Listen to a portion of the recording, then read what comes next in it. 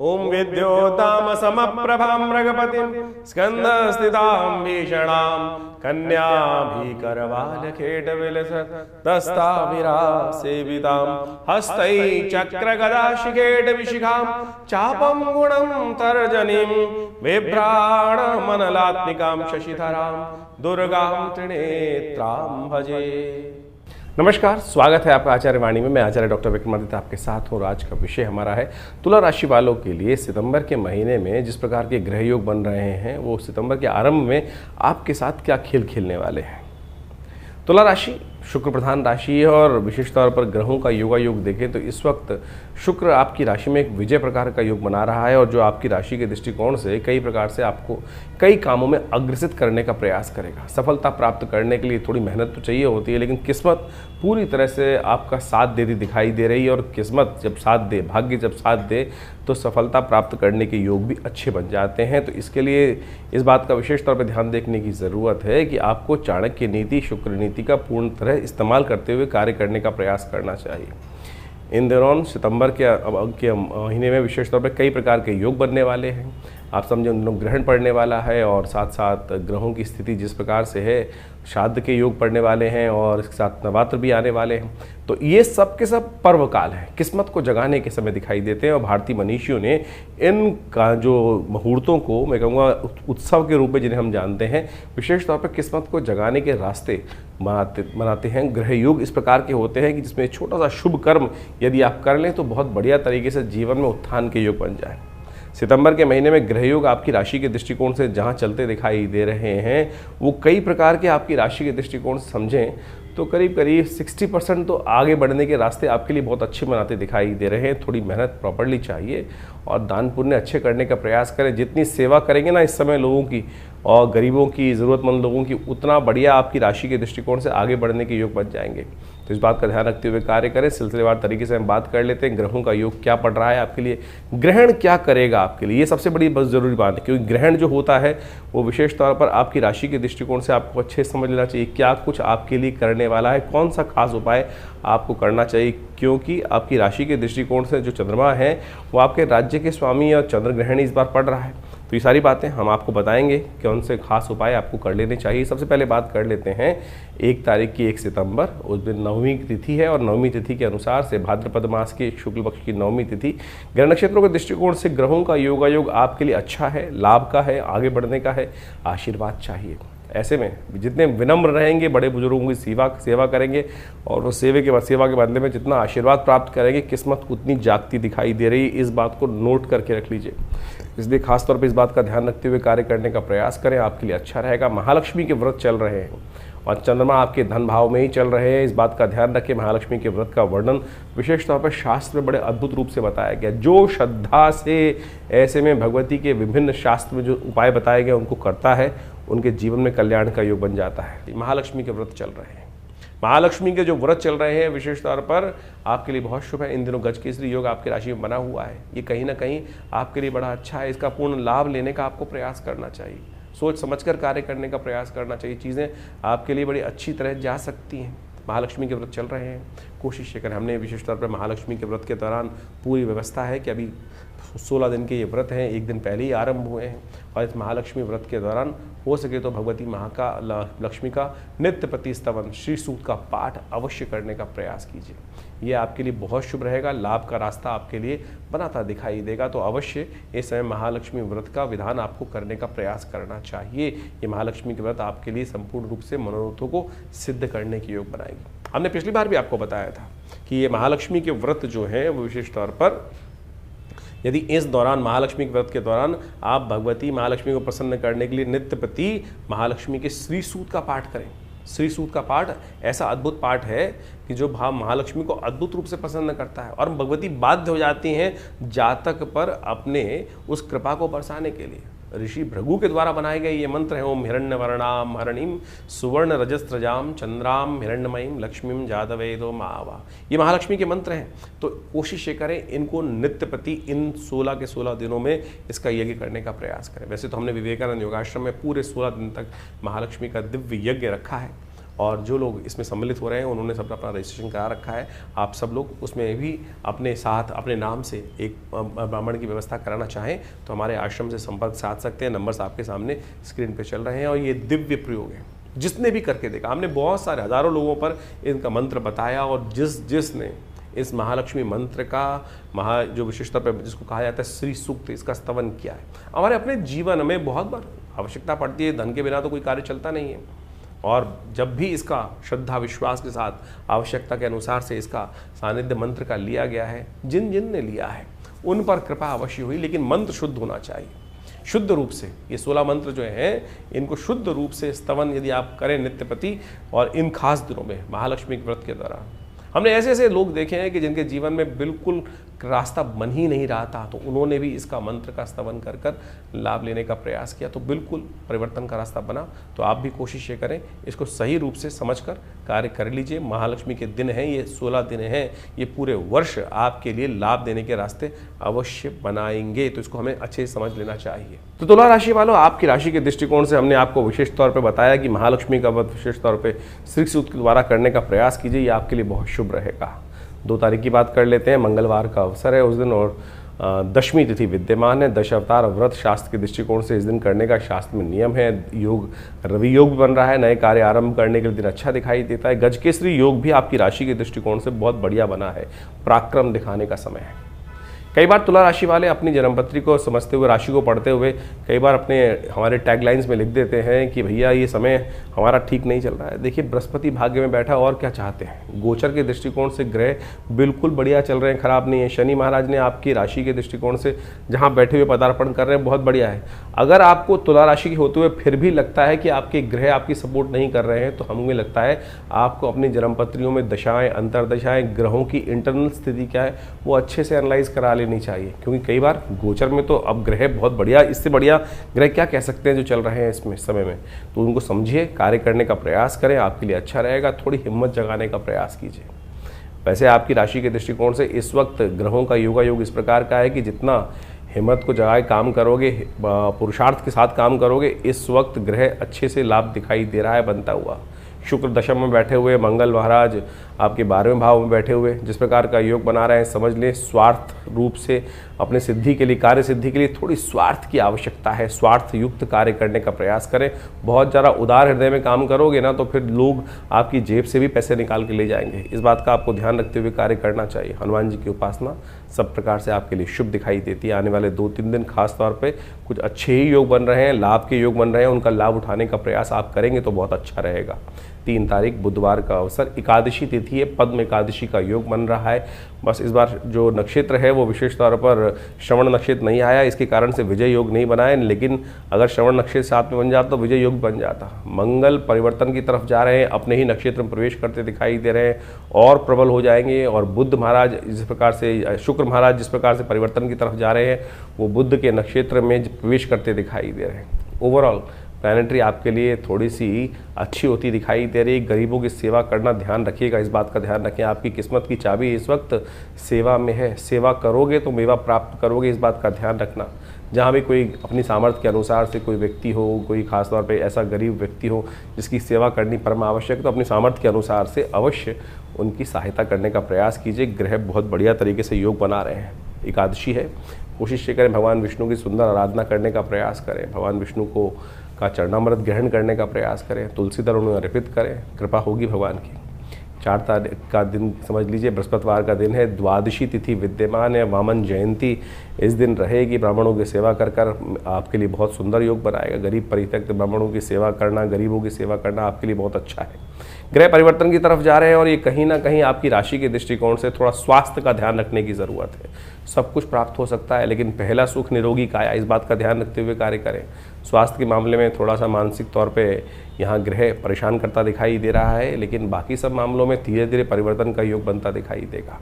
थोड़ा emotional point of view से विशेष तौर पर हम सबको ध्यान रखते हुए कार्य करना चाहिए। तुला राशि जिनकी भी है थोड़ा ध्यान रखते हुए कार्य करें। इमोशनल तौर पर थोड़ा से ग्रह हल्के बनते दिखाई दे रहे हैं। चावल का दान करिए, आपके लिए अच्छा होगा। केसर का तिलक करना आपके लिए अच्छा होगा। पीली चीज़ों का दान आपके लिए सर्व प्रकार से कल्याणकारी रहेगा। ब्राह्मणों को, गरीबों को पीले वस्त्र का दान, 5 वस्त्रों का दान करना आपके लिए बहुत श्रेष्ठ दिखाई देता है। पंचम 5 सितंबर की बात कर लेते हैं। शुक्रवार का अवसर और त्रयोदशी तिथि उस दिन विद्यमान है। शुक्र प्रदोष का योग लेकर ये त्रयोदशी आई है इस बार, और शुद्ध रूप से त्रयोदशी का शुक्र प्रदोष का योग बन रहा है। ग्रह नक्षत्रों के दृष्टिकोण से ग्रह योग जो है थोड़ा परिवर्तन की तरफ जाते दिखाई दे रहे हैं। काम बन सकते हैं, और इस बात का ध्यान रखें कि घर में विशेष तौर पर अपने परिवारजनों के साथ थोड़ा सा सामंजस्य बैठा के काम करना बहुत ज़रूरी है। बेकार के कामों में थोड़ा पैसा धन खर्च अधिक होने के योग हो सकते हैं, तो ऐसे में थोड़ा सा खर्चे को थोड़ा ध्यान रखते हुए कार्य करें तो अच्छा रहेगा। आपकी राशि के दृष्टिकोण से दूध का दान करना, खीर का विशेष तौर पर भोग लगाना भगवान के लिए, और हो सके तो शुक्र प्रदोष है, शाम के समय सुगंधित द्रव्य के द्वारा भगवान शंकर का अभिषेक करना आपके लिए सर्व रूप से कल्याण का योग बनाएगा। शुक्र प्रदोष है, सांसारिक सुख प्राप्त करने के लिए भगवान शंकर का प्रदोष काल में अवश्य स्तवन कर लेना चाहिए। शुक्र प्रदोष सांसारिक सुखों को देने के लिए भगवान सुंदर योग बनाता है। 6 तारीख का दिन शनिवार का अवसर, चतुर्दशी, अनंत चतुर्दशी इस बार शनिवार को पड़ रही है और अनंत फलों को देने वाली है। और ग्रह नक्षत्रों के दृष्टिकोण से यह योग आपके लिए राजयोग भी बना के आ रहा है, जो आपके विजय के लक्षण भी उपस्थित करता दिखाई दिया। इस दिन से पंचक भी आरंभ होंगे, और साथ साथ भगवान गणेश का विसर्जन भी जिन क्षेत्रों में किया जाता है, भगवान गणेश का सुंदर पूजन कर कर अपने ग्रहों को ठीक करने का योग हमको लेना चाहिए। शनि महाराज का संबंध गणेश जी के साथ बहुत अच्छा है, और कहा जाता है कि विशेष तौर पर शनि के दोषों को दूर करने के लिए हनुमान जी को, गणेश जी को इस दिन सिंदूर चढ़ाना चाहिए। और जो विसर्जन करने की परंपरा है वो तो बहुत क्षेत्रों में है ही है, लेकिन गणेश जी का पूर्ण रूप से पूजन करें, सिंदूर उनको चढ़ाएं, तो शनि महाराज की अनुकूलता भी प्राप्त करने का योग आपकी राशि के दृष्टिकोण से। वैसे शनि इस वक्त बहुत सुंदर तरीके से लाभ के योग बना रहे हैं आपके लिए, नुकसान को भी खत्म कर रहे हैं, दुश्मनों को भी खत्म कर रहे हैं, विजय के योग बना रहे हैं, परंतु पराक्रम में, हिम्मत में थोड़ी सी कमी उत्पन्न करते दिखाई दे रहे हैं। बस हिम्मत को जगाने के लिए सिंदूर जो है वो गणेश जी पर अर्पित करेंगे तो बहुत शुभ योग बनेगा आपके लिए। तो इस समय का लाभ लेते हुए कार्य करने का आपको प्रयास करना चाहिए। 7 तारीख का दिन बात कर लेते हैं। रविवार का अवसर है, इस दिन ग्रहण पड़ रहा है, पूर्णिमा है, और साथ साथ ग्रहों का फल भी आपकी राशि के दृष्टिकोण से क्या होगा वो भी हम आपको बताएंगे। ग्रह दिखाते हैं विशेष तौर पर ग्रहण का फल आपके लिए थोड़े से खर्चों को बढ़ाने वाला रहेगा। बेकार के कामों में, जिन कामों में आपको लाभ नहीं होने वाला है, आने वाले 2-3 महीने ग्रहण के प्रभाव के अनुसार से आपको बहुत ध्यान से पैसे खर्च करने की ज़रूरत है, क्योंकि आपकी राशि के दृष्टिकोण से अपव्यय, बेकार के कामों में धन खर्च होने के योग आपकी राशि के अनुसार से दिखाई देते हैं। पंचक इस दिन विशेष तौर पर जो ग्रहों का योग दिखा रहा है, श्राद्ध भी आरंभ हो रहे हैं इस दिन से, और साथ साथ सत्यव्रत भी इस दिन रहेगा। लेकिन चंद्र ग्रहण है, तो इस बात का हमें ध्यान रख लेना चाहिए कि चंद्र ग्रहण से पहले विशेष तौर पर जो सूतक है वो 12 बजे के आसपास आरंभ होगा, तो उससे पहले ही सत्यव्रत कथा कर लें। और उसके साथ साथ आपकी राशि के दृष्टिकोण से आपको विशेष तौर पर जो उपाय करने हैं वो भी हम बताते हैं आपको। भाद्रपद पूर्णिमा के दिन चंद्र ग्रहण लग रहा है, और ये ग्रहण बहुत विशेष है। इस ग्रहण को आपको अच्छे समझ लेना चाहिए, ग्रहण किस कारण से कहाँ पड़ रहा है और किसका प्रभाव किस प्रकार से होगा। ये ग्रहण जो है 3.5 घंटे का ग्रहण है, और पूरे भारत में सब जगह दृश्य रहने वाला है। इसका प्रभाव भी बड़ा विचित्र प्रकार से जीवन पर पड़ने के योग बनने वाले हैं। चंद्रमा जिस प्रकार से शनि की राशि में स्थित होकर ये ग्रहण का योग बना रहे हैं, ये पूरी तरह से मन का और जो प्रभाव है वो विशेष तौर पर हर राशि के अनुसार से इसका प्रभाव होगा। और उसके अनुसार से देखिए, चंद्र ग्रहण, सूर्य ग्रहण जो है वो भारतीय संस्कृति में ये पर्व काल बताए गए हैं। बहुत सारे लोगों ने इसको भ्रांति बना लिया, और पता नहीं बहुत सारे ऐसे ऐसे नियम बना दिए गए हैं जिनका शास्त्र में कहीं कोई औचित्य नहीं है। जैसे जैसे काल पद्धति आती गई, लोगों ने इसको अपने अनुसार से बहुत अनेक प्रकार से अपनी भावनाएं पता नहीं कहाँ करती गई। और एक बात समझें कि ग्रहण कोई अशुभ काल नहीं है। ग्रहण एक पर्व काल के रूप में ज्योतिष विज्ञान के अनुसार जब पंचांगकर्ता लिखते हैं तो उसके संपूर्ण ग्रहण को पर्व काल कहा जाता है, और ये केवल विशुद्ध आध्यात्मिक है। अपनी आत्मिक उन्नति, जीवन के कष्टों को दूर करने के लिए वो काल बताया गया है। इसका प्रभाव लोगों ने इसका अनुभव किया, और उसकी छाया जो होती है वो कभी शुभ नहीं होती। इसकी छाया से बचने के लिए अनेक बहुत प्रभाव होता है। हमने अनेक केस देखे हैं। हमारे एक परिवार में व्यक्ति थे, और कहा जाता है उन्होंने जब देखा, हमने वो घटना स्वयं देखी है कि उनकी माताजी ग्रहण काल में सो गई थी, और जब उनका जन्म हुआ तो उनके कान कई प्रकार से बंद थे, बहुत सारी शारीरिक तौर पे विक्षिप्तियाँ थी। तो ऐसा घटनाएं बहुत सारी होती हैं। उसी घटना को बचाने के लिए शास्त्र में कहा गया है कि ऐसे समय में केवल हमको भगवान परमात्मा का भजन करने का प्रयास करना चाहिए, और उस छाया को दर्शन में नहीं जाना चाहिए। छाया उस यानी आप घूमते फिरें, बहुत सारे लोग तो ऐसे भी हैं कि घूमते फिरते रहते हैं, कुछ प्रभाव नहीं होता है। शास्त्र में प्राचीन काल में ऋषियों ने इस पर शोध किया कि जो ग्रहण की किरणें होती हैं, ग्रहण का समय होता है, उसकी छाया किसी प्रकार भी शुभ नहीं मानी जाती थी, इसीलिए उससे बचने के लिए। अब आप समझे, सूर्य ग्रहण पड़ रहा हो, लोग देखने का प्रयास करते थे, खगोलीय घटना तो है, जो बाहर के वैज्ञानिक हैं वो ये केवल कहते खगोलीय घटना, अरे खगोलीय घटना तो है, उसका प्रभाव पड़ रहा है, अगर देखोगे तो आंखें अंधी हो जाएंगी।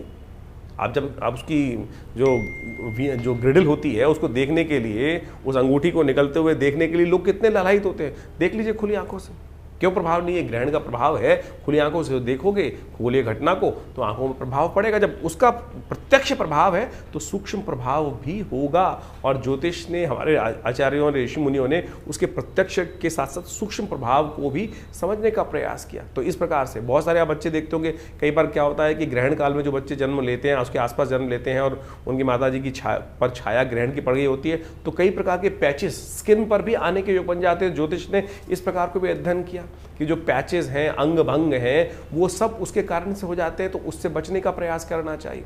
इसलिए कहा जाता है कि ग्रहण काल में बाहर ना निकलें। और क्या कहा जाता है, और अगर एक नियम बनाया गया, एक बहुत विशेष तौर पे समझने का नियम है, ग्रहण जो विशेष तौर पे साधना करना चाहता है उसके लिए कहा गया कि उस समय भोजन ना करें, और भोजन ना करें उस समय बैठकर भजन करें, परमात्मा का आराधना करने का प्रयास करें। और यदि वो नहीं करेंगे तो क्या होता है उसके लिए, और उसके साथ साथ ये नियम बताया कि उनके लिए नियम है कि आप ग्रहण का जब सूतक काल आरंभ हो जाए तो आप भोजन ना करें, और उस समय अपने आप को तैयार करें। जब ग्रहण आ जाए तो उस समय साधना करें, मंत्र जप करें और दान पुण्य करें। ग्रहण के आरंभ में आपको स्नान करना चाहिए, ग्रहण काल में यज्ञ करना चाहिए, और ग्रहांते दानम, ग्रहण के अंत में दान करने की व्यवस्था है।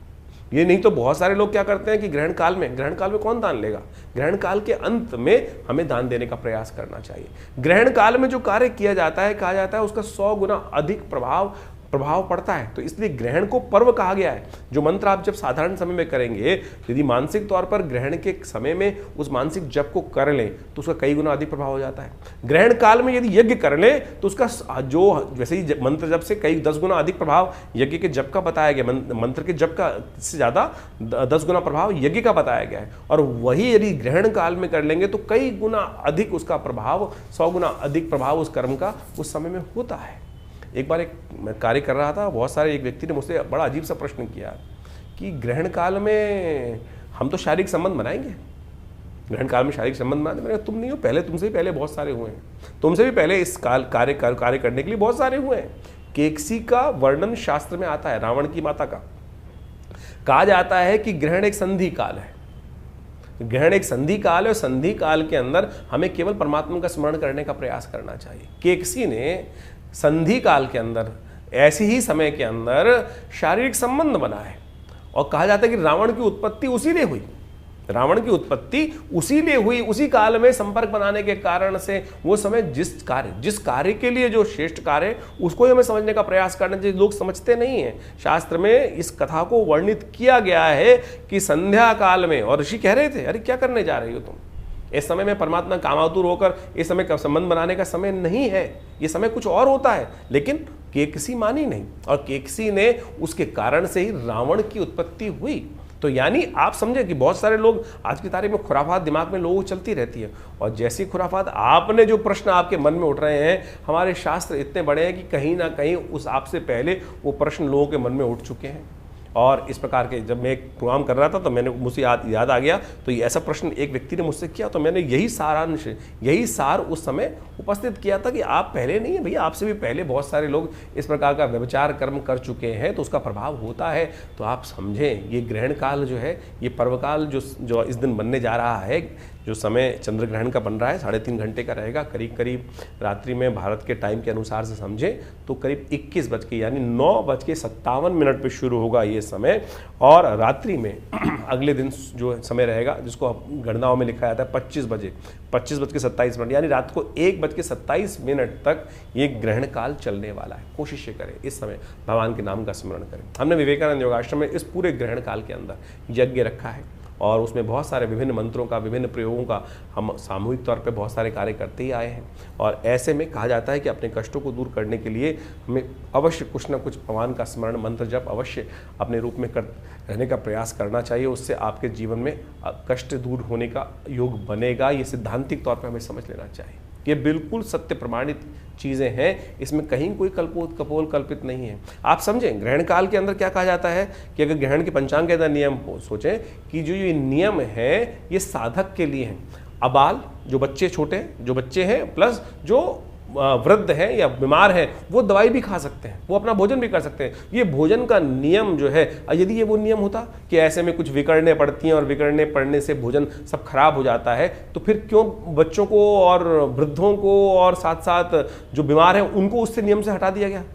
अब ये भ्रांति कहाँ से फैली है? पंचांग, किसी पंचांग को उठा के देखो, उसके अंदर पंचांग करता या ग्रहण के नियम के वली के अंदर ये लिखा गया है कि ये जो नियम है इसमें बच्चों के लिए नियम नहीं है।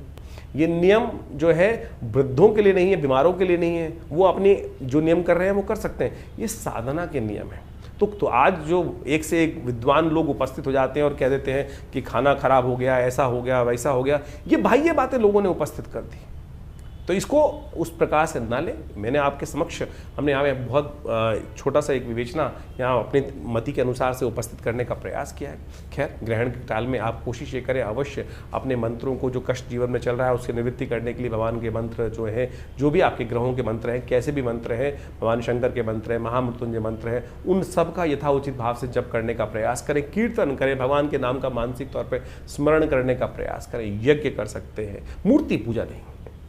मूर्ति पूजा उस समय में नहीं करनी चाहिए। शास्त्र में मूर्ति को ढक दिया जाता है, शास्त्र के दृष्टिकोण से मना कर दिया जाता है कि मूर्ति को स्पर्श करना, क्योंकि वो सूतक काल माना जाता है। मूर्ति को स्पर्श ना करें। हाँ, यज्ञ कर सकते हैं।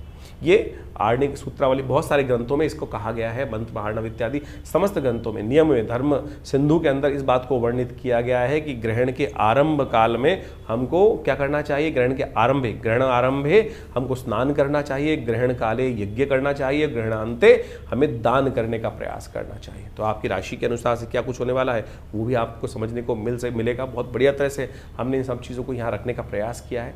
समझ लेंगे तो अच्छा रहेगा। तो तुला राशि वालों, आपकी राशि के दृष्टिकोण से आपको समझ लेना चाहिए कि ग्रहण का प्रभाव आपके लिए किस प्रकार का पड़ने वाला है। ये ग्रहण आपके लिए जिस प्रकार का योग लेकर आया है, वैसे तो आपकी राशि के दृष्टिकोण से आपके लिए अच्छा हिम्मत को जगाने के योग दिखाई देते हैं। आगे आने वाले समय में पुरुषार्थ से आपको लाभ प्राप्ति के योग दिखाई देते हैं। लेकिन बेकार के कामों में, जिनमें आपका कोई लाभ नहीं है, उनमें धन खर्च अधिक होने के योग बन सकते हैं। तो इसलिए आपको खासतौर पे अपने खर्चे का ध्यान रखना पड़ेगा। अपव्यय होने के योग, धन के अपव्यय, बेकार के कामों में जिनकी कोई आवश्यकता नहीं है वहाँ, तो इसलिए हर चीज़ को सोच समझकर कार्य करने की ज़रूरत है। इस दौरान आपकी राशि के दृष्टिकोण से इस वक्त ग्रहों की स्थिति जो चल रही है वो आपके लिए बहुत लाभप्रद है, बहुत बढ़िया लाभप्रद है। थोड़ी सी ग्रहों को शक्ति देने का प्रयास करें। ग्रहण एक पर्व काल होता है, ग्रहण एक पर्व काल होता है। इस समय में हम अपने इच्छाओं की पूर्ति के लिए यदि इस समय को उपयोग कर लें तो बहुत सुंदर रहेगा। ग्रहण जो इस बार जैसे हमने बताया आपको कितने समय तक ग्रहण रहेगा, रात्रि में करीब 9:57 से आरंभ होकर 1:30 बजे से तक ये ग्रहण करीब चलने वाला है। 3.5 घंटे का ग्रहण है। तो कोशिश ये करें इस समय में अपने ग्रहों को शक्ति देने का प्रयास करें। बृहस्पति ग्रह इस वक्त पूरी तरह से आपके ग्रहों भाग्य जगाने के योग बना रहा है और बहुत जल्दी परिवर्तन की तरफ भी जाने वाला है। तो ऐसे में कोशिश ये करें बृहस्पति को और ताकत दें। ओम ग्रांग ग्रीं ग्रौंग से गुरुवे नमः, इस मंत्र का जप यथाउचित भाव से करने का प्रयास करें। हो सके तो भगवान विष्णु के मंत्र का भी, ओम नमो नारायणाय, मानसिक तौर पे जप करने का प्रयास करें और ये आपके लिए बड़ा कल्याणकारी रहेगा। तो ऐसे में इन मंत्रों को जप यदि आप कर बहुत बढ़िया तरीके से इसका लाभ लें, वाइब्रेशंस का लाभ लें, तो हमने इसके लिए व्यवस्था कर दी है कि हमारे चैनल पर हमने पूरी तरह से इनके ऑडियोज़ बना दिए 108 मंत्र के। बहुत सारे लोग मंत्र का उच्चारण करते वक्त थोड़ा सा गलती कर देते हैं, कहाँ उच्चारण विसर्ग है, कहाँ हलंत है, कहाँ अनुस्वार है। तो उसको समझते हुए सही रूप से आप उन वाइब्रेशंस को उपयोग करते हुए हमारे चैनल पर जाकर मंत्र सेक्शन में ये समस्त मंत्र विद्यमान है, तो उनका आप जप कर सकते हैं। कहा जाता है कि ग्रहण काल में जो भी हम यज्ञ इत्यादि पुण्य इत्यादि करते हैं उसका बहुत विशेष प्रभाव है। शास्त्र के दृष्टिकोण से कहा गया है ग्रहण आरंभ काल में स्नान करना चाहिए, ग्रहण के मध्य काल में हमको यज्ञ करना चाहिए। ग्रहण के अंत काल, ग्रहण जब समाप्त होने वाला हो या हो चुका हो, तब उसके बाद दान करने का प्रयास करना चाहिए। इस बात को हमें विशेष तौर पर, तो हम यदि इन मंत्रों का यज्ञ कर सके, शास्त्रोक्त है, तो बहुत सारे लोग भ्रांति उत्पन्न करने का प्रयास कर लेते हैं बहुत सारी बातों। हाँ, मूर्ति पूजा निषेध है शास्त्र के दृष्टिकोण से, मंदिर के द्वार बंद कर दिए जाते हैं। तो ऐसे में इस शुद्ध बहुत सुंदर चंद्र ग्रहण के अवसर पर अपने ग्रहों को बल देने का आपको प्रयास करना चाहिए। इस वक्त गजकेसरी योग आपकी राशि में विद्यमान होकर ग्रहण पूरी तरह से बहुत बढ़िया तरीके से लाभ देने के योग आपकी राशि बनाता दिखाई दे रहा है। बस थोड़े से अपव्यय को यदि आपने कम कर लिया, तो ऐसे में कोशिश ये करें पीली चीज़ों का दान, गौशाला में चने की दाल को भिजवा दीजिए, ग्रहण काल में हाथ लगा के रख दीजिए और अपने संकल्प करके रख दीजिए और सुबह उसको भिजवा दीजिए गौशाला के अंदर। ये बहुत श्रेष्ठ, चने की दाल या चना विशेष तौर पर भिगो के रखवा लीजिए, चने की दाल को रख दीजिए हाथ लगाकर, सुबह सुबह उसको भिजवा दीजिए गौशाला में। ये आपके लिए बहुत श्रेष्ठ रहेगा, आपके लिए कष्टों को निवारण करने का योग बनाता है। ग्रह योग आपके लिए जिस प्रकार के हैं वो हमने आपको समझाया। तो इसके साथ साथ आप समझ लीजिए, देखिए श्राद्ध का महीना आरंभ हो गया है कि श्राद्ध काल में किस प्रकार से हमें नित्य प्रति करना चाहिए, वो भी हम आपको वर्णित बताने वाले हैं इस कार्यक्रम के अंदर। बहुत सारे प्रत्यक्ष अनुभव भी आपके साथ साझा करने वाले हैं। 8 तारीख का ग्रह योग किस प्रकार का है वो भी समझ लीजिए। सोमवार का अवसर है, प्रतिपदा उस दिन तिथि है, अश्विन का महीना आरंभ हो जाएगा इस दिन से, और ग्रहों का परिवर्तन का योग बनता दिखाई दे रहा है, जो आपके लिए सुबह तो बहुत अच्छी दिखाई देती है। पॉजिटिव वेव्स रहेंगी, मनोमस्तिष्क में विचार अच्छे रहेंगे, आगे बढ़ने के कुछ ना कुछ रास्ते बनते दिखाई देंगे। लेकिन जैसे जैसे दिन आगे बढ़ेगा, कहीं ना कहीं शारीरिक या मानसिक तौर पर या विशेष तौर पर बाजार की तरफ से कुछ ना कुछ एंजाइटी डिसऑर्डर्स, मानसिक तौर पे थोड़ी समस्याएं उत्पन्न होने के योग दिखाई देते हैं। इसलिए सुबह सुबह एक काम करें, भगवान शिव का ध्यान कर दूध से भगवान शंकर का अभिषेक कर लें तो बहुत अच्छा रहेगा। महामृत्युंजय मंत्र का जप करना भी आपके लिए अच्छा दिखाई देता है। प्रतिपदा का श्राद्ध इस दिन विद्यमान है, तो अपने जो भी दिवंगत आत्माएं प्रतिपदा के दिन गई हों परिवार के अंदर, उनके निमित्त ब्राह्मण भोजन, कौवे को, श्वान को, समस्त रूप से जिस प्रकार शास्त्र में वर्णित है वो अवश्य करने का प्रयास करें तो आपके लिए अच्छा रहेगा। यदि बहुत सारे लोग हैं कि जो कहीं ना कहीं बाहर विदेश में रहते हैं, बहुत सारी व्यवस्थाएं नहीं हो पाती, वैसे तो जहाँ चाह वहाँ रहा। अगर आप ब्राह्मण जी को, पंडित जी को भोजन नहीं करा पा रहे हैं तो कोई बात नहीं, गऊ को खिला दीजिए, और नहीं तो श्वान को डाल दीजिए, चींटियों को डाल दीजिए, भिक्षु को डाल दीजिए, और नहीं तो हमारे आश्रम में सुंदर व्यवस्था हमने करी है कि आप सब लोग उसका लाभ ले सकते हैं। अपने नाम से, अपने गोत्र से गायत्री यज्ञ इत्यादि समस्त चीज़ों को कराने की व्यवस्था है। उसके बारे में डिटेल वर्णन अभी आखिरी में भी दिया जाएगा आपको। 9 तारीख का दिन बात कर लेते हैं, मंगलवार का अवसर, द्वितीय तिथि विद्यमान है, सर्वार्थ सिद्धि योग बना हुआ है। ग्रहों के दृष्टिकोण से समय थोड़ा हल्का दिखाई देता है, अननेसेसरी कामों में थोड़ा धन व्यय ज़्यादा होने के योग दिखाई देते हैं, तो थोड़ा बैलेंस होकर चलने की ज़रूरत रहेगी। मन थोड़ा सा कहीं ना कहीं किसी कारण से परेशान होने के योग बनते दिखाई दे रहे हैं। ऐसे में आपकी राशि के दृष्टिकोण से मन को बल देने की ज़रूरत है। हाँ ना की स्थिति मन में थोड़ी ज़्यादा परेशान कर सकती है, एंजाइटी डिसऑर्डर को बढ़ा सकती है, तो दृढ़ भाव से विचार कर शांत बैठकर चीज़ों को समझकर फिर कार्य करना आपके लिए अच्छा रहेगा। ऐसे में आपकी राशि के दृष्टिकोण से थोड़ा हनुमान जी का जप कर लें, हनुमान चालीसा का पाठ कर लें, सुंदरकांड का पाठ कर लें, वो आपके लिए बड़ा शिष्ट रहेगा। हमने विवेकानंद योगाश्रम में इस दिन सुंदरकांड का सुंदर कार्यक्रम रखा है, आप चाहें तो उसमें सम्मिलित भी हो सकते हैं। 10 तारीख बुधवार का अवसर है, तृतीया तिथि विद्यमान है, और इस दिन ग्रहों का परिवर्तन का योग बन रहा है। वो डेफिनेटली आपके अंदर अच्छा सा परिवर्तन करेगा, लेकिन दिन थोड़ा स्ट्रगलिंग दिखाई देता है। चीज़ों को निर्णय लेने के लिए थोड़ा सा आपको विचार करना चाहिए, बहुत जल्दी किसी चीज़ में डिले जो डिसीजन लेने से बचना चाहिए, इस बात का ध्यान रखते हुए कार्य करें। भद्रा रहेगी करीब दोपहर तक, दोपहर के बाद आपके ग्रह एकदम परिवर्तन का योग बनाएंगे, नया मोटिवेशन जागता दिखाई दे रहा है, चीज़ों में अच्छी इंप्रूवमेंट आने के योग दिखाई देते हैं। पंचक भी समाप्ति की तरफ जा रहे हैं, जो पिछले 5 दिनों से पंचक का योग बना हुआ था वो भी आज समाप्त होने का योग बन जाएगा, तो अच्छा रहेगा आपकी राशि के दृष्टिकोण से। तो इसलिए समय के अनुसार से लाभ लेते हुए कार्य करें। तो राशि के अनुसार से तो आपने अपने दिन पर दिन किस प्रकार के ग्रह योग बन रहे हैं वो आपने बहुत सुंदर तरीके से समझे।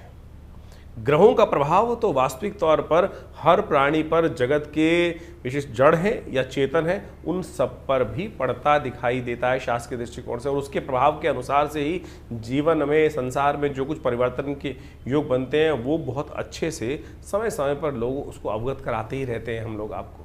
लेकिन आपके जीवन में ग्रहों का प्रभाव किस प्रकार से है और उस आने वाले प्रभाव को समझकर जीवन में परिवर्तन का रास्ता हम सब प्राप्त कर लें, शुभ प्राप्त करने के योग बना लें, वो ज्योतिष का वास्तविक उद्देश्य है, और उसको हमें अच्छे से समझना चाहिए। जो ये पर्व इत्यादि समय समय पर आते रहते हैं वो केवल पर्व नहीं है केवल हर्षोल्लास के लिए, आनंद के लिए दिवाली पर पटाखे चला लिए, होली पर हमने रंग खेल लिया, ये केवल वो औचित्य नहीं है। वास्तविक तौर पर एक बात समझ लें, ज्योतिष के साथ साथ पुराण इत्यादि समस्त शास्त्रों में जो रहस्य बताए गए हैं कि हम इस जो पर्व काल है, जो समय है, चाहे वो ग्रहण पड़ रहा है, इस समय में जो ग्रहण पड़ रहा है उसके अनुसार से आपने अपनी राशि के अनुसार से प्रभाव समझाई, लेकिन उन सब पर्व कालों में किस प्रकार से आप अपने जीवन में अपने कष्टों को दूर करने के लिए रास्ता ढूंढ सकते हैं, रास्ता बना सकते हैं, वो वास्तविक तौर पे शास्त्रों का विशेष प्रभाव है और विशेष उद्देश्य है। उसी के लिए इन समस्त कथाओं की संरचना की गई है। ये केवल इतिहास नहीं है। बहुत सारे लोग केवल इतिहास में केवल आनंद से समय काटने के लिए इन कथाओं का श्रवण कर लेते हैं। नहीं साहब, ये वास्तविक तौर पर हमारे जीवन में उन सिद्धांतों से समझकर अपने जीवन के कष्टों को दूर करने के लिए, समस्याओं को दूर करने के लिए, उस परम लक्ष्य को प्राप्त करने के लिए कि आगे बढ़ सके, जीवन को शुभ कर सके, सबकी सेवा कर सकें, उस भाव को समझने के लिए हमको ये कथाओं के कथानक जो है शास्त्रों में वर्णित किए गए। अभी आपने जिस प्रकार से अपने जो प्रकार से आप समझें ये ग्रहण इत्यादि हो रहे हैं, इसका प्रभाव आपने समझाई। इसके साथ साथ जो अभी विशेष तौर पर एक बात और समझें कि श्राद्ध आरंभ हो रहे हैं। श्राद्ध का विशेष पर्व हमें समझ लेना चाहिए। ये श्राद्ध का जो काल है, ये विशेष तौर पर हमारे दायित्व का समर्पण है, ऋण का समर्पण है, ऋण से निवृत्ति का मार्ग है। जो हमारा कर्तव्य अपने पितरों के प्रति है, उससे निवृत्ति का मार्ग बताता है। और इसके ऊपर विशेष तौर पर भारतीय संस्कृति में सबसे ज्यादा शोध किया गया, और अब बाहर भी जाकर लोग इस पर शोध करने का कार्य कर रहे हैं। बहुत सारे समय समय की कथानक, बहुत सारे इंसिडेंट लोगों के समक्ष आते रहते हैं, और उन सब ने देखा कि बहुत बढ़िया तरीके से ये जो पद्धति है, इसके ऊपर बहुत विशेष तौर पर आज ही नहीं, अनादिकाल से, बहुत लंबे समय से एनी बेसेंट, डब्ल्यू लेडबीटर, इन सब ने भी ये theosophical society, India theosophical society world wide जो थी, उन्होंने बहुत जबरदस्त शोध करके दिखाए। आत्माओं से संपर्क साधने का प्रयास किया गया, और उन आत्माओं से संपर्क साधने के बाद उन विशेष तौर पर वर्णन किया गया। डब्ल्यू लेडबीटर की तो एक किताब है, इनविजिबल हेल्पर। यदि आप उस किताब को पढ़ने का प्रयास करेंगे, समझने का प्रयास करेंगे, उसमें जो इंसिडेंट बताए गए हैं उन्होंने उनको सही से समझोगे तो सही रूप से समझना कि जीवन में बहुत सारे कष्टों को दूर करने का योग बना सकते हैं। एक व्यक्ति हमारे आश्रम में आए, बहुत वर्ष पुरानी बात है, और यहीं फरीदाबाद से संबंध रखते थे, और वो हमारे आश्रम पर आकर उन्होंने अपने जीवन में घटी हुई प्रत्यक्ष घटना को वहाँ बताया। बहुत अद्भुत घटना है, समझनी चाहिए कि किस प्रकार से उस घटना क्रम से कैसे उनके जीवन में परिवर्तन आया। काल घटना है, खंड है और निकल जाता है। एक बार एक घर में कहा जाता है, वो व्यक्ति जब आया उसने बताया कि उनके बड़े भाई की मृत्यु हो गई थी, और बड़े भाई की जब मृत्यु हो गई, उस बड़े भाई की एक लड़की भी थी जिसकी शादी नहीं हुई थी। छोटा भाई दायित्व आया बड़े भाई की करने के लिए, तो कुछ परेशान सा रहता था, कैसे इतना बढ़िया समृद्ध परिवार था नहीं। ये घटना आज से बहुत लंबी पुरानी नहीं, कुछ ही वर्ष पुरानी घटना है, और हमारे आश्रम में हमारे पिताजी उन दिनों विद्यमान थे। उनके समक्ष आकर उसने जब ये बात रखी, आज बाई चांस वो बात हमको याद आ गई। हमको समझना चाहिए किस प्रकार से दिवंगत आत्माएं आपके जीवन में आकर आपके कष्टों को दूर करने का योग बना सकती हैं। वो व्यक्ति आश्रम पे आया और उसने बताया कि इस कारण से घटना घटी, बड़े भाई चले गए, घर में एक बड़ी लड़की भी थी और साथ में बहुत सारे और भी दायित्व थे जो निर्वाह नहीं हो पाए थे। एक दिन रात में जब वो छोटा भाई सो रहा था तो उसको ऐसी ही कोई खटपट सुनाई थी, और ऐसा लगा कि जैसे बड़ा भाई जिसकी मृत्यु हो गई थी वो कह रहा हो आकर उसके कान में, कह रहे उठ, तेरे घर में चोरी होने वाली है, भैंस को कोई चुरा के ले जाने वाला है। एकदम उसको उठा, खटपट से आवाज़ सुनकर जैसे उठा तो देखा भैंस खुली हुई है, और उसको लगा ऐसे ही कुछ हुआ होगा, भैंस खुली पड़ी होगी या कोई चोर वोर होगा, भाग भूग गया होगा, किसी ने खोली, कैसे खुल गई, रस्सा खुला हुआ था। यानी वो व्यक्ति ने ये बात रखी, उसने दोबारा बांध बूंद दिया। 2-3 दिन बाद फिर एक घटना घटी, उसके आभास हुआ कि रात्रि में उसके भाई जो दिवंगत थे वो आके उसको बोल रहे हैं, चिंता मत कर, तू इतना परेशान रहता है कि जो घर के जो दायित्व है, बिटिया की शादी है, सब हो जाएगी। मैं तेरे को एक रास्ता बता रहा हूँ, इस रास्ते को अपना। वो जो व्यक्ति गांव में बैठा था, जो छोटा आदमी था, जो छोटा भाई था, वो सट्टे का काम करता था। सट्टे का काम उन दिनों बहुत ज़्यादा चलता ही है, सट्टे में अनाज की खरीद फरीद के सट्टे का काम करता था। उसने उस भाई को सपने में आके बताया कि इस चीज़ के दाम आने वाले कुछ दिन तक लगातार बढ़ने वाले हैं, थोड़े से पैसे लेके इसमें लगा दियो, और जो पैसा फ़ायदा हो उसके द्वारा बिटिया की शादी कर दियो। उसने कुछ दिन देखा और उसके बाद जब वो चीज़ का अनुभव हुआ तो उसने थोड़े से पैसे लेकर उसमें लगाए और उससे उसको लाभ हुआ। यानी वो दिवंगत आत्मा आपके प्रति किस प्रकार से निष्ठावान है, आपके भी पूर्वज आपके प्रति सुंदर रूप से निष्ठा रखते हैं। बहुत सारे लोगों ने ये भ्रांति फैला दी कि पितृ रुष्ट हो गए। पितृ रुष्ट, अरे पितृ रुष्ट कभी क्यों? आपके माता पिता बड़े बुजुर्ग आपसे रुष्ट नहीं होते। आप अपना कर्तव्य का पालन नहीं करते हैं। कर्तव्य जो निष्ठ नहीं है, जो उनको क्या चाहिए, उनको आपके पितरों को क्या चाहिए? केवल जल ही तो चाहिए, समर्पण चाहिए, श्रद्धा का समर्पण ही तो चाहिए। जो शास्त्र में कहा गया है कि भाई तुमको ब्राह्मण भोजन करा दो, गरीब को अन्न करा दो, गाय को ग्रास डाल दो, यही तो कहा गया है। इसी से पितृ ऋण से निवृत्ति हो जाती। पितृ दोष नहीं होता, पितृ ऋण है जो आपके ऊपर चलकर परेशान करता है। हम भूलते चले जा रहे हैं उन दिवंगत आत्माओं को जिनके प्रति हमारा कर्तव्य था। पुराने जमाने में कोई भी शादी हो, ब्याह हो, अपने पितरों के निमित्त एक थाली निकालने की व्यवस्था चलती थी और वो पितृ रहते हैं आपके आसपास, कहीं दूर नहीं जाते। हमारे शास्त्रों में 3 पीढ़ी तक हर व्यक्ति को, चाहे छोटा भाई है, चाहे बड़ा भाई है, चाहे बहन है, चाहे स्त्री है, चाहे पुरुष है, हर व्यक्ति को अपने पितरों के निमित्त वो तर्पण करना, वो भोजन कराना, गरीबों को भोजन कराना शास्त्र में वर्णित है। केवल ब्राह्मण को ही नहीं, इस बात को कि बहुत ब्राह्मण यदि जमा सके तो बहुत श्रेष्ठ है। भारतीय संस्कृति में जिस प्रकार से बताया है, नहीं तो किसी भी भिक्षुक को, किसी भी गाय को, बहुत सारे शास्त्र में कथाएं आई हैं कि ब्राह्मण नहीं मिल रहे थे लोगों को तो गऊ को भी खिलाया लोगों ने, और वही कर्तव्य शास्त्र में बिल्कुल ठीक हुआ। तो आप समझें कि भारतीय संस्कृति में जो ये बात बताई गई, जो श्राद्ध आ रहा है, इसका ध्यान रखिएगा। अपने पितरों के निमित्त नित्य प्रति यदि ये 5 कर्म कर सके, एक तो ब्राह्मण भोजन, गऊ को ग्रास निकालना, और उसके अलावा कोशिश करें गायत्री जप या यज्ञ अपने पितरों के निमित्त अवश्य यथाउचित भाव से कम 1 माला स्वयं कर सकते हैं। मानसिक तौर पर माला लेके बैठ जाएं और अवश्य उनके निमित्त करते हैं, हाथ में जल लेकर उनको उसका कहते हैं कि दिवंगत आत्माओं की आत्म शांति के लिए उनके लिए किया गायत्री का जप कर लीजिए। और साथ साथ तर्पण इत्यादि, तर्पण करना, तर्पण हर रोज आपको करने के प्रयास करना चाहिए। थोड़ा जल लेकर इस पितृ तीर्थ से, अंगूठे से लेकर इस क्षेत्र से, इन पूरे के पूरे जो 16 दिन पड़ेंगे, पितृपक्ष जो आता है, हर रोज अपने जिसमें जो भी दिवंगत आपको याद है, ऋषि तर्पण, पितृ तर्पण, हमें दिवंगत जो करना चाहिए अवश्य शास्त्र में नियम है, उनको करने का पूरा विधान शास्त्र में वर्णित है। किसी अच्छे विद्वान ब्राह्मण के द्वारा करा देंगे तो बहुत अच्छा लगेगा। तो ये सब चीज़ें, अभी तो एक बहुत बड़ी घटना घटी, विश्व के एक बहुत बड़े, अमेरिका के एक बहुत बड़े एक्टर हैं, उनके परिवार में किसी की मृत्यु हुई और वो व्यक्ति, जो लड़का था उनका, वो बार बार उनके सपनों में आ रहा था और सपने आके उसको लगता था कि ये स्थिति इसकी अच्छी नहीं है। बहुत कुछ उसने अपने धर्म के अनुसार से, ईसाईयत के अनुसार से करने का प्रयास किया, लेकिन वो बहुत से डॉक्टरों को दिखाया, एक बहुत बड़ा एक्टर है, और उनके साथ वो घटना घटी। और फिर वो भारत में आते हैं और जब कुछ कई साइकोलॉजिकल, उनको लगा कि साइकोलॉजिकल डिसऑर्डर हो गया, साइकेट्रिस्ट को दिखाया, बहुत सारे, जिस प्रकार से कोई रास्ता नहीं निकल रहा था। लेकिन फिर जब भारत में आए और संपूर्ण रूप से तर्पण इत्यादि का जो कार्य जो भारतीय संस्कृति में बताया गया, विद्वानों के द्वारा कराया गया, फिर उसने अपनी ऑब्जर्वेशन लिखी है कि नहीं, उसके बाद से वो समस्या है। तो हमारे पास तो लगातार इस प्रकार के लोग पूरे विश्व से आते ही हैं, और जो जो पद्धति हमने कराई, जो जो पद्धति शास्त्र में वर्णित है, वो सब हमने कराई।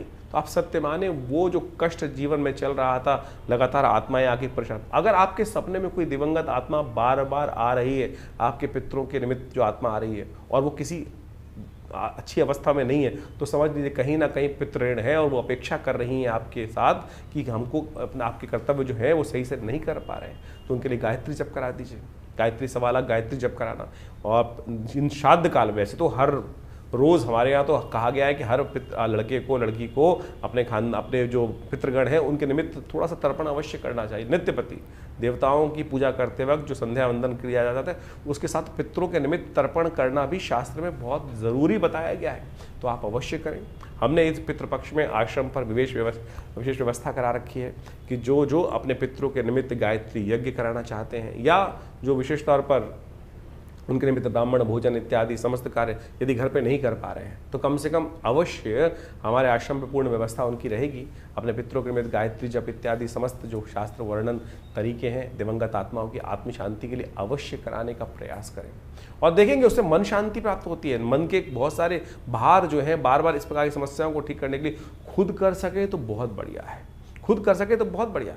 अपने पितरों के निमित्त एक घटना घटी, हमारे आश्रम पर आने वाला एक जातक था, और वो खूब अच्छा पिताजी के शिष्य रहे, और खूब अच्छा, बहुत बढ़िया पैसा वैसा खानदान में छोड़ के गए। और आप सत्य माने कि उनका एक दिन समय आया, शरीर पूरा हो गया। जब उनकी वार्षिक श्राद्ध कर रहे थे उनके घर वाले, तो बाई चांस वो जो कपड़े थे कुछ हल्के, जिस प्रकार के वो पहनते थे वो किसी हल्के कपड़े लेके आए। आप समझे, उस दिवंगत आत्मा ने उस व्यक्ति को आकर बताया कि क्या मैं इतना छोड़ गया, इससे संतुष्टि नहीं हुई, क्या तुम मेरे पहनने लायक कपड़े भी उस प्रकार से नहीं कर सकते। यानी दिवंगत आत्माएं आती हैं और आपसे अपेक्षा रखती हैं इतना ही कर्म करने की आपको आवश्यकता है। बहुत सारे लोग, अभी एक हमारे पास एक व्यक्ति आया, बहुत दिन पहले मैं किसी कार्यक्रम में उपस्थित था और कार्यक्रम में उपस्थित होते हुए था, वहाँ पर उस व्यक्ति ने मुझ प्रश्न किया, शायद टीवी पे ही था, किसी टीवी चैनल पर ही लाइव डिस्कशन चल रहा था, उस पर कॉल किया उसने कि महाराज ये बताएं कि हमारे घर में ऐसी ऐसी घटना तो नहीं हो जाएगी। मैंने कहा क्यों, क्या हुआ? बोले कि कोई बीमार है, अगर वो मर जाएंगे तो हम बर्बाद हो जाएंगे। मैंने कहा ऐसी क्या बात है, क्यों बर्बाद हो जाओगे? बोले हमारे गांव में परंपरा है कि हमारे यहाँ कोई किसी की मृत्यु होने पर पूरे गांव के जो 3-4 हज़ार आदमी उनको भोजन कराने की व्यवस्था करनी पड़ती है और उसी से पितरों की निवृत्ति होती है। ये शास्त्र में कहीं वर्णित नहीं है भाई, शास्त्र में कहीं नहीं कहा गया इस प्रकार की बातें कि आप उधार लो, पैसे नहीं है और उससे लेकर लोगों को भोजन कराओ। यदि पितृ कार्य करने के लिए आप कोई पैसा उधार लेकर अपने पितरों का तर्पण इत्यादि कार्य कर रहे हैं तो पितृ उससे संतुष्ट नहीं होंगे। शास्त्र में वर्णित नहीं है। आपकी जितनी, अगर आप घास भी गाय को खिला देंगे ना, तो वो भी वास्तविक तौर पर आपके पितरों के दायित्व से निवृत्ति के लिए, उनकी संतुष्टि के लिए बहुत है। आप भाव भी कर देंगे, तर्पण भी कर देंगे, जल से ही तर्पण हो सकता है। और इसका शास्त्र में कोई बहुत पैसा नहीं चाहिए किसी को। ये बात ध्यान रखें कि पैसों से पितृनिवृत्ति नहीं, आपके घर में कोई दिक्कत है बहुत ज़्यादा, इस बात को हमको अच्छे से समझ लेना चाहिए। तो ये सारी बातें हमने आपके समक्ष इसलिए रखी क्योंकि श्राद्ध पक्ष अभी आरंभ हो रहा है, हमने इस कार्यक्रम में आपको बताई। तो अवश्य इन सब चीज़ों को समझकर इनको करने का प्रयास करें। इससे आपके जीवन के बहुत सारे कष्ट दूर होने के योग अद्भुत रूप से बनेंगे। और हमारा ये संस्थान लगातार इनसे संबंध में बहुत सारे कार्य करता ही रहता है। समय समय में बहुत सारे यज्ञ इत्यादि बहुत सारे कार्यक्रम चलते ही रहते हैं। आप सब उनमें जुड़ सकते हैं। हर रविवार को तो विशेष कार्यक्रम यज्ञ का होता ही है, मंगलवार को सुंदरकांड का पाठ होता है और बहुत सारे समय समय पर उत्सव के यज्ञ रहते हैं। अभी नवरात्र का यज्ञ रहेगा बहुत बड़ा, उसमें सम्मिलित चंडी का सुंदर कार्यक्रम रहेगा। तो ये सब जो उत्सव जिससे हमने आरंभ किया था, ये उत्सव है, ये केवल उत्सव नहीं है, ये केवल पर्व नहीं है, ये हमारे जीवन के कष्टों को दूर करने का सुंदर मार्ग है। तो अवश्य इनको हमें अपनाने का प्रयास करना चाहिए और इनसे वैज्ञानिक विधान जो है इनको समझते हुए कार्य करने का प्रयास करना चाहिए।